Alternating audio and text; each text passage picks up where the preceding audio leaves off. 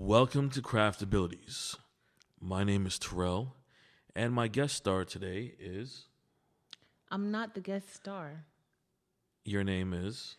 I'm not the guest star. You better say something. It's happening another introduction. Talk about my guest star. I'm trying to, trick our watchers into thinking they're coming to see me instead of you. Well, I'm Patrice, the guest star. Hello, Patrice. So today we actually have a very interesting topic for all you crafters out there, and it's public domain. So you wanted to say something? No, I was just saying, Okay. yeah, it's not just for crafters. This is like good information for everyone. everybody. So recently, Steamboat Mickey has become a part of the public domain, and I'm going to bring something up. Even though Steamboat Mickey right now is the one that is trending and everyone's talking about, my homeboy Winnie the Pooh was a little while ago, and that's how we ended up with the horror Winnie the Pooh movies. But can you tell us a little bit what the public domain is, and how do you get into the public domain? So the public domain is pretty much a collection of people's intellectual properties that their copyright has expired.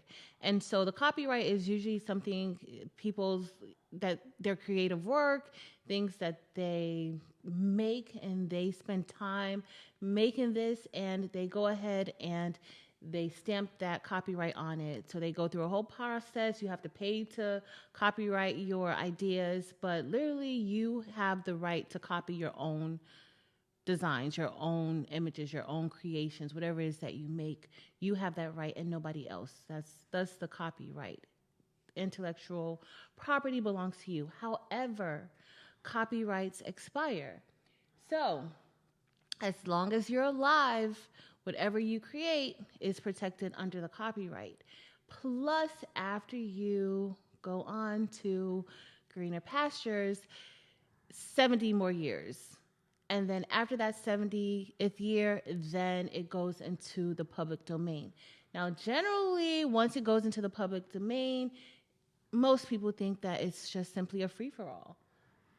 Okay. You can just go ahead and anybody can use it at that point. So let's chop up this whole Mickey Mouse thing. Steamboat Mickey, you can use, but you can't use Mickey Mouse. Two different things, right? Well, Steamboat Mickey... I mean, they're the same thing, but they're different. Different names, right? They look a little different. They actually look a lot different. Steamboat Mickey, I don't know why everybody is so gung-ho about using Steamboat Mickey, because I really don't even think Steamboat Mickey is really even that adorable or cute. He doesn't have the glove of Mickey, and so I don't know why, but it's just the name, He's a part of the whole Disney fame, Mickey Mouse fame. So what you're saying is Steamboat Mickey you can use Mickey Mouse is different though. Mickey Mouse is different. They're all the same. It's the evolution of the mouse. But going back to the public domain, these intellectual properties become available January 1st of every year. So as they expire, January 1st, it becomes available. Now, everybody wants to look at the public domain, see what's available and everything. There's just one company, there's a few companies that I won't mess with. Disney is definitely on that list of untouchables. And I understand why they protect their creative designs and properties so much, and they don't allow anybody to even sample them. And honestly, if I create something, imagine you're creating something and then somebody just comes and then they start using it. That has happened to me a few times. It's not a good feeling. It's a little upsetting. It's upsetting. And it's like, everybody wants to use something that you've made, that you've done, and then they go on and they're making money from it, or they're getting fame from it. And it's like you're taking somebody else's idea. It's like, who feels good about that? Like, the other person who's doing it shouldn't feel good. So I understand kind of like how Disney is, because Disney does not play. And so what you also have to understand when you're doing these things, one, Do you have enough money to go up against Disney? Probably not. Definitely not. Do you have? No, you don't. And two, just because this Steamboat Mickey is now, and there's other images that are inside of the public domain recently and it's before, but at the end of the day, trademarks and copyrights are two different things. So the copyright has expired, but maybe the trademark hasn't. And I can pretty much sure Disney, Mickey Mouse, the name Mickey Mouse is definitely trademarked. That's why on Etsy, we're going to bring up Etsy, but on Etsy, when people are putting Mickey designs up, because honestly, Mickey is like the easiest thing to copy. It's like his face is 3 circles. So it's not that difficult to do it. But when they're putting up designs on Etsy, they usually refrain from putting in the name Mickey. So it may just have mouse design or something like that just to kind of throw it off. But Disney looks. So I actually have a little story about that happened to me last week. I don't know if any of you guys watch Netflix. There's a show called One Piece that I'm a big fan of. I've watched all 1,100 episodes over the last about 15, 20 years of my life. So anyways, I wanted to make, my own t-shirt to wear on New Year's to let everybody know that I'm a big One Piece fan. And a couple days before I bought these images off of Etsy. I paid like $2 for 500 different shirt designs. And a couple days later, when I went to download it to print it, it was missing.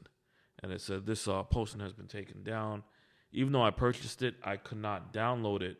And that's most likely because it's copyrighted material. Whoever owns One Piece came and said, oh, they're selling our stuff. They don't have permission. And now that person is in trouble. Mm-hmm. Mm-hmm. So, and sometimes they'll get and then you're out of money because you're not going to get that money back. Well, I emailed the person. I said, send me my file. They emailed it to you? Yeah. Okay. But let's say that wasn't the case. One, you're purchasing something from somebody who doesn't have the right to sell it. So what if Etsy had closed their shop down? Because sometimes Etsy will close, like if they are if you're a habitual offender, most likely, right? Yeah, they'll close it down. And so now you've paid money for something that you can't even get because you can't even get in contact with the seller anymore. And so that's already that's a whole nother situation because then, of course, I would want to contact Etsy, and then, see if you could get your money back.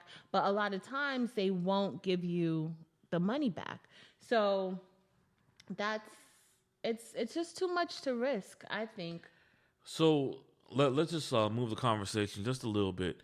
If you're a crafter or someone who sells on Etsy, eBay, or I don't know, anywhere else, would you want to use up an image that's public domain? Do you think it's good for your business? And also, will you have a lot of competition because now it's public domain? Everyone's using it. So where would you go with that? I don't necessarily search the public domain for things like that. And Steamboat Mickey isn't a Mickey. I wouldn't even use anything for Disney because I am actually terrified of touching anything that belongs to Disney and putting it and listing it for sale. I don't even really like to do on my channel. I don't even really too much like to do even personal things. And I love Disney and Mickey and Minnie.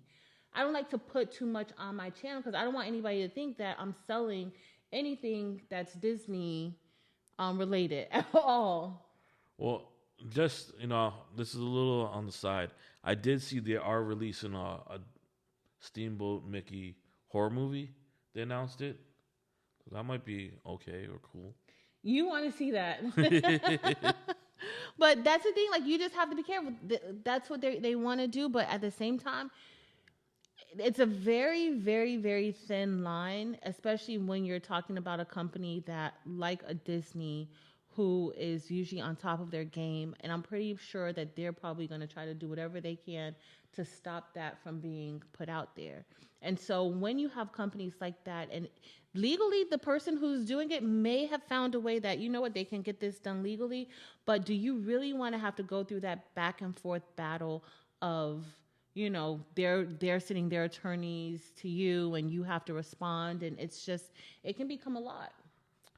I feel like all the time and effort can be put in, if you're a creator, into original idea, and then you work to promote it. But nowadays, nobody wants to be creative. Nobody wants to do that, especially with our next topic for our next podcast being AI. Nobody's putting in any type of real time. I mean, putting in prompts for me, and I think it's more so because I like to make things and I kind of like I make my own things, but putting in words in a prompt and having the prompt create something, like it's kind of making people even that more lazier. Like nobody's like really using their creative juices anymore because AI is doing all the work. That's true. So, Patrice, is there anything else you would like to add on the subject? I don't know. Just make sure that if you are going to be using anything in the public domain, just always make sure that you follow up. You just need to make sure that you're checking other copyrights. Make sure you're checking the trademarks because using certain terminology while the creative work or part of it or the image is available, you may not be able to use that name with it or what it's because definitely the name Mickey Mouse, Minnie Mouse, and all that is 100% trademarked to the Walt Disney Corporation. So be careful with that.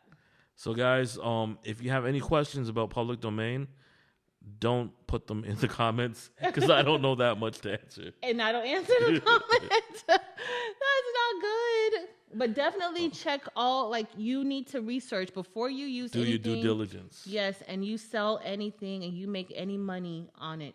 You don't want to make money and then end up owing a company, not even just Disney, because a lot of companies, especially like the fraternities and the sororities, they will come after you. They don't play. They don't play. If you are not licensed to sell their merchandise, they will not play with you.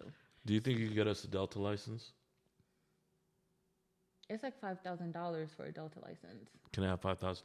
No, can I have $5,000? I don't got $5,000. Well, yes, you do. If you let people send me money on Cash App, maybe I would. No, they're not going to send you no money. But that's just something for you guys to do. Definitely research. Don't, when you hear something and you see something, always search and research. It's almost like how you get things on Instagram or text messages and people send you screenshots of like the craziest things and they're like, oh my God, this happened. And then you're like, I know me, usually I'm like, did this really happen? Like, let me do a Google search and see what's happening.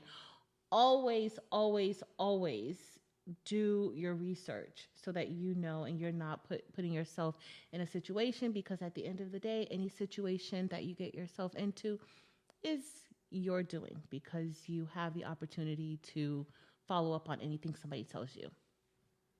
All right, guys. So that is our podcast. If you have any ideas for a future podcast, anything you want to learn, go ahead and comment. And if you have any questions on the public domain, Google is readily available for you. Exactly. Thank you. Later. Peace.